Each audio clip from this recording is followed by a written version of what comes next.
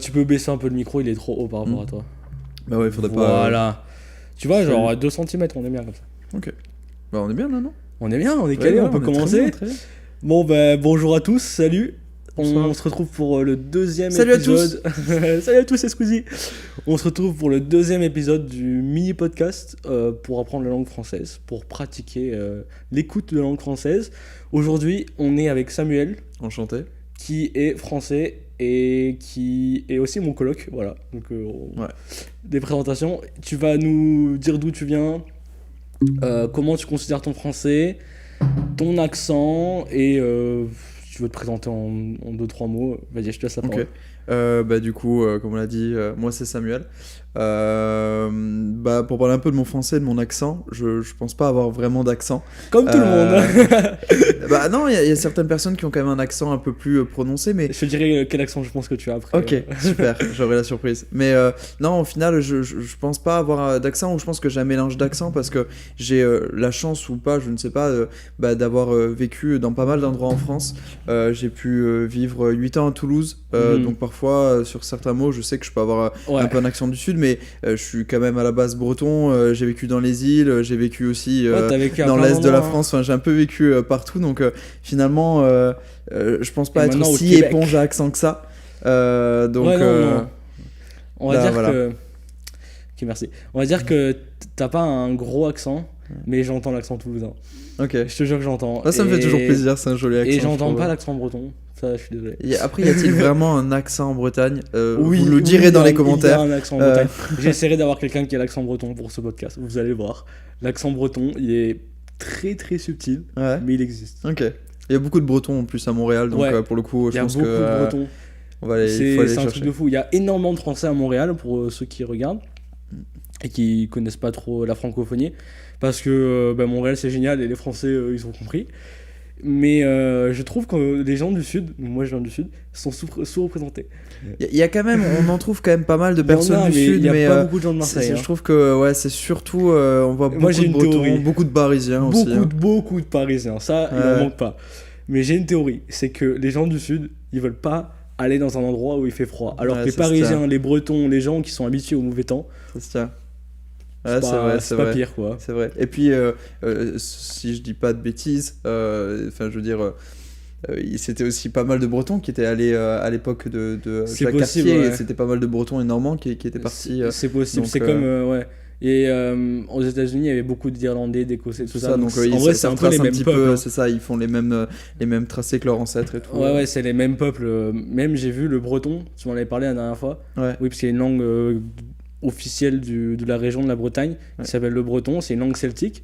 Et en fait, c'est la même structure que le gaélique et que C'est ça, l'irlandais. ouais. Le brésonnègue en breton, on appelle ça. Ah, ok, excuse-moi. Mec, voilà. Vas-y, parle breton. Non. Par Kenavo et des maths, c'est tout ce que je sais. Ah, tu connais des mots déjà. Ouais, ok. quelques mots, quand même. Mais ouais, c'est les mêmes peuples. Voilà, tout ça pour dire, ça m'étonne pas. Un peu long Voilà. comme réponse. Ok. Fait que, Fait que. aujourd'hui, Fait que c'est ça. on a 7 petits papiers là. Ok. Et moi, je vais en dire rien. Et je vais te laisser répondre en premier. Ok. Donc, normalement, c'est des questions qui vont un peu t'inspirer. C'est Maroon, la dernière fois qu'ils avaient écrites. Pour ceux qui n'ont pas vu le premier épisode, je vous conseille de le regarder. Le lien est juste en bas. Exactement, dans la description. description. Une autre personne, un autre accent, une autre personnalité, un autre vocabulaire. Parce que c'est ça le principe, c'est que chacun a son vocabulaire et je veux montrer un maximum de français. Voilà, de français en tant que langue. Donc je vais tirer un petit papier Allez. et on va voir ce que ça donne. Ok. Oh, écoute, j'aime bien. Ok. Quel est ton appareil technologique préféré et pourquoi ? Mon appareil technologique Genre ton préféré. appareil numérique plutôt. Bah. Est-ce que je Direct, dois être si tu réponds ton original ou téléphone, pas Est-ce que je dois on être arrête original ou pas maintenant. Si tu réponds ton téléphone, on arrête Je maintenant. crois que c'est mon appareil technologique préféré, mais on va essayer de trouver quelque chose d'un peu plus original. Je regarde un petit peu dans mon environnement. Voir s'il y N'hésite a- pas à parler dans le micro. Ça. Pour ça, c'est bien le micro. Oui, mais je casque, regarde, j'essaye de regarder un petit peu le ma chambre en visu. grippin, le micro-ondes. Ouais, mais non, micro-ondes pire. Alors, En plus, micro-ondes, c'est l'autre qui est dites-moi pas dans les bon. commentaires, mais pire instrument de cuisine. Le micro-ondes, ça ne sert à rien à part réchauffer des plats qui sont déjà faits. Ouais, bah ça sert du coup. Merci. C'est ça, t'as tout résumé. Finalement, c'est ça. Cuisiner, bande de flemmards, voilà, c'est tout. Non, je dirais, pour pas citer mon ordinateur et mon téléphone, je dirais mon appareil, je dirais putain, j'en sais rien, je dirais ma lumière. J'ai une lumière qui fait la couleur de ma chambre, mais ça met une petite ambiance et finalement, je trouve ça assez agréable quand je rentre du boulot d'avoir une lumière un petit peu tamisée. Ouais, et puis tu changes au niveau de la journée. Est-ce que t'as la fonctionnalité pour te réveiller avec la lumière comme ça? Genre, ça fait comme un lever de soleil, ça part de jaune très foncé et tout doucement ça se réveille jusqu'au bleu. Alors, absolument pas. Moi j'ai acheté ça à Ikea pour $24, mais si t'as la ref, je suis la preneur. version dessus, peut-être. Si t'as la ref, je suis preneur parce que ça a l'air quand même vachement sympa. En effet. Ouais, c'est ça. Moi j'avais ça sur mon téléphone. Ouais. C'était quand je le mettais à charger sur un chargeur sans fil, il y avait cette fonctionnalité. Mhm. Et je me rappelle que je me réveillais naturellement, genre, comme si j'avais la fenêtre. Et sinon, t'avais essayé d'ouvrir les volets. Ouais, alors en hiver, à 6h30, excuse-moi, mais à 6h30 en hiver, il n'y a pas la lumière. Donc c'est pour ça que c'était pratique. Mais c'est vrai que c'est pratique, ça a l'air sympa. La lumière naturelle, sera toujours mieux. Ça a l'air sympa. Ok. Ouais. Bah okay, ouais, donc moi toi, je t'as dirais lumière ça. connectée. Ok, bah du coup, c'est à moi de répondre à ma question. Merci de demander d'ailleurs. Oui, et du coup, toi, ton appareil technologique, c'est quoi préféré? Mais écoute, moi j'ai une bonne réponse. Ouais. Elle était toute prête. Ok. Donc t'as lu les questions en amont? Non, parce que j'ai réfléchi à cette question. Très bonne réponse. Et ma réponse, c'est mon appareil photo. Ok. La même qui est en train de filmer ici. Là maintenant. Très joli appareil photo. C'est mon deuxième appareil photo. Et c'est le premier appareil photo professionnel que j'ai. Mhm. C'est le Sony Alpha 7C, pour ceux qui veulent savoir. Ok. Et j'ai passé... genre, il m'a accompagné dans toutes mes aventures. Tu l'as depuis combien de temps? Ça fait bientôt 2 ans que je l'ai. J'avais énormément économisé pour l'avoir parce que ça vaut son prix, plus la lens. La lens, c'est l'objectif photo. Bien sûr. Et en fait, cet appareil photo, il a vraiment... À la base, j'ai voyagé pour faire des photos. Okay. J'ai commencé à voyager pour faire des photos. Et en voyageant, j'ai recommencé à parler anglais, j'ai commencé à parler de langues. Et en fait, j'ai découvert que j'aimais les langues. Et au final, j'ai fait cette chaîne YouTube où je parle de langue. Donc en fait, c'est un peu... c'est un objet qui est très cher pour moi. C'est-à-dire que on pourrait me voler mon ordinateur, mon téléphone. C'est pas grave. Enfin, je veux dire, c'est chiant, mais c'est pas la fin du monde.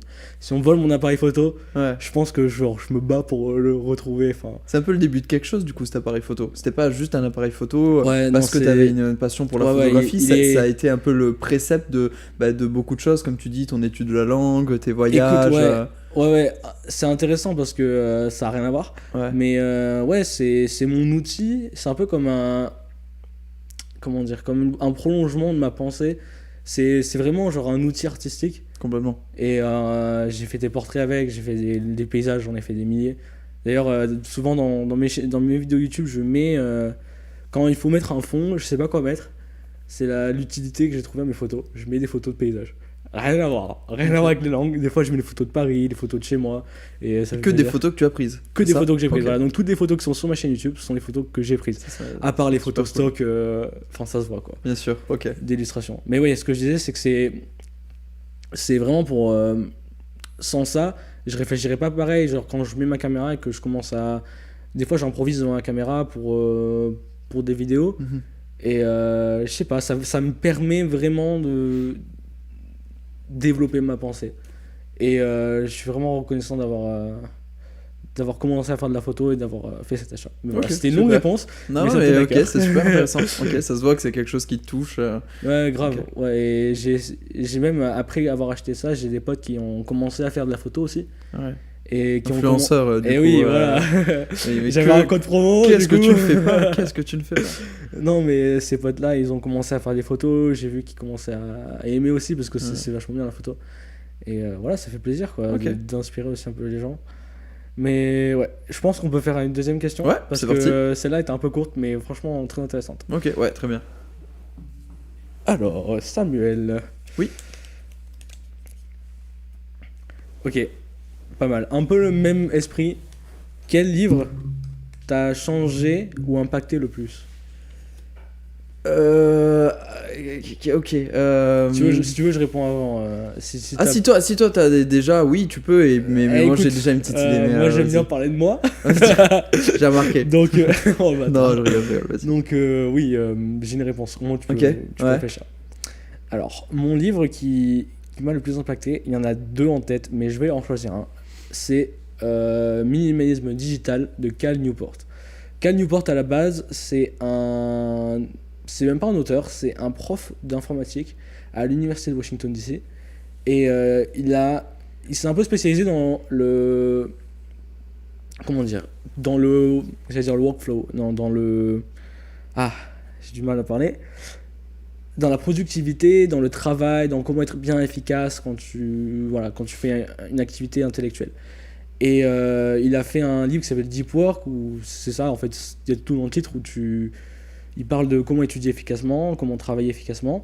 Et après ça, il a fait le livre Minimalisme digital pour vraiment t'expliquer comment en tirer le plus possible parti de ton utilisation du digital. Donc ton ordinateur, tes mails, la musique, les films, ton téléphone, comment vraiment faire en sorte que ça soit un moteur dans ta vie et pas un frein. Ok. Et j'étais un peu... J'avais vu toutes ces vidéos qui disaient arrêtez les réseaux sociaux, recentrez-vous sur vous-même, tout ça. Mais c'est vraiment en lisant ce livre que j'ai compris que moi, les réseaux sociaux, ça me va pas et que ça me... It cluttered my mind. Ça me faisait du bazar dans la tête, Okay. en gros. Ouais. Et genre ma santé mentale a été impactée. Et en lisant ce livre, vraiment, il a expliqué comment utiliser les réseaux sociaux correctement, comment utiliser l'ordinateur correctement, les notifications, le processus de liker une photo, qu'est-ce que c'est dans ta tête et tout. Et après avoir lu ce livre, j'étais vachement plus serein avec mon utilisation de mon téléphone, mon ordinateur, tout ça.